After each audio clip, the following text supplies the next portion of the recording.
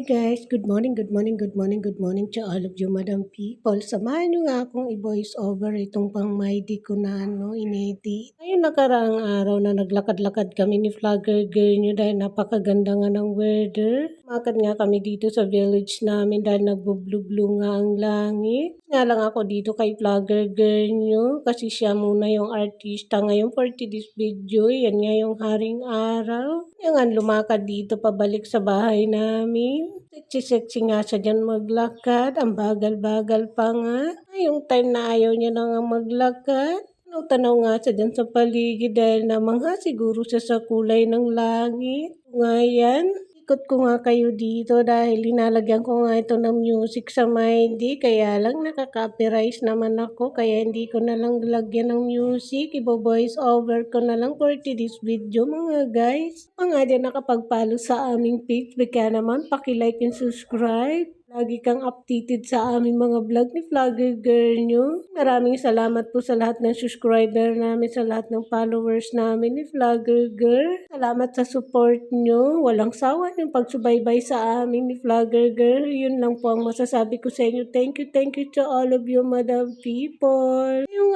pagpunta namin ng Quiapo at nagdiretso nga kami ng Luneta. Picture taking namin. Linagyan ko nga ito ng music. Kaya lang hindi ko naman ito pwedeng i-upload kay YouTube na may music. Kaya binoise over natin for today's video mga guys. Maaga pa nga ito kaya binoise over ko na lang. Nga kami dyan sa Manila Bay. Kaya lang ang daming basura. Picture na nga ako dito at nag-ice cream nga kami ni Bessie at nagpa-picture nga kami dyan sa Carabao namin na iniwan namin dyan. Charis! Ayun mga kalamot, sinasarot-sarot ko nga kayo dyan. Picture taking muna kami dito sa Luneta Park. Mga memories kami ba ni Bessie? Yung team namin dito pero okay na yun mga guys. In-enjoy na lang namin ni Bessie yung aming life dito. Aba, i-enjoy kung wala ka na sa mundo. Buhay hanggat may hininga. Kailangan i-enjoy mo yung life mo. Nga nila, bigyan mo ng time yung sarili mo para mag-enjoy kahit saglit. Talaga kami dito mga guys, hindi nga kami nabot ng hapon dito ni Bessie. Hindi kami agad.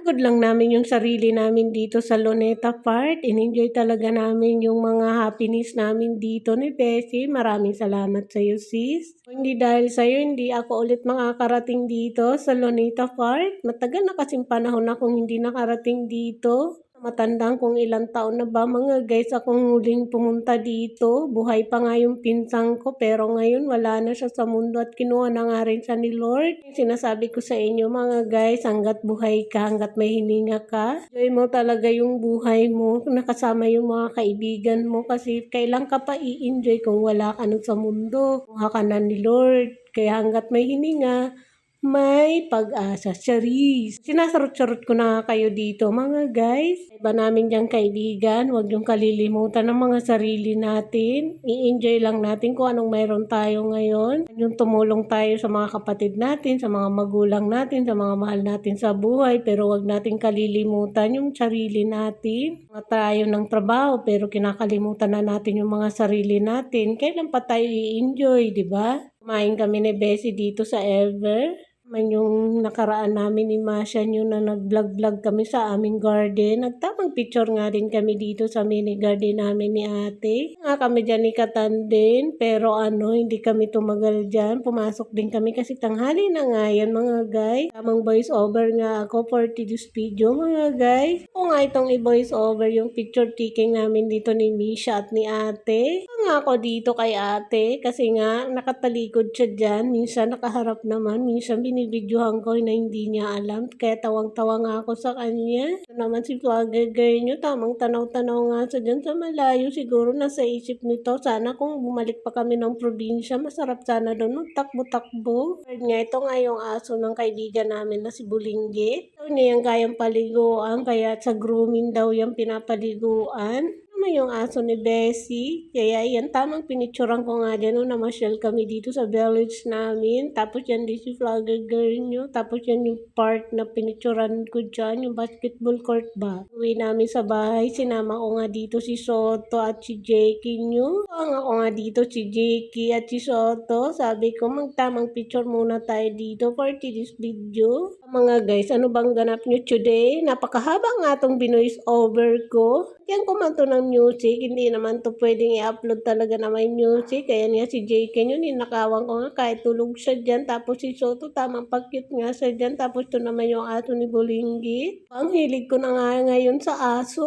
Pag nagkasakit, naaligaga ako mga guys. Totoo yun mga guys, kapag may sakit yung mga junakis natin, aligaga ka nga, hindi mo alam kung anong gagawin mo kapag may sakit sila kasi hindi naman nga sila nakapagsalita. Diyan sa mga nananakit sa mga aso at pumapatay at kumakain ng aso.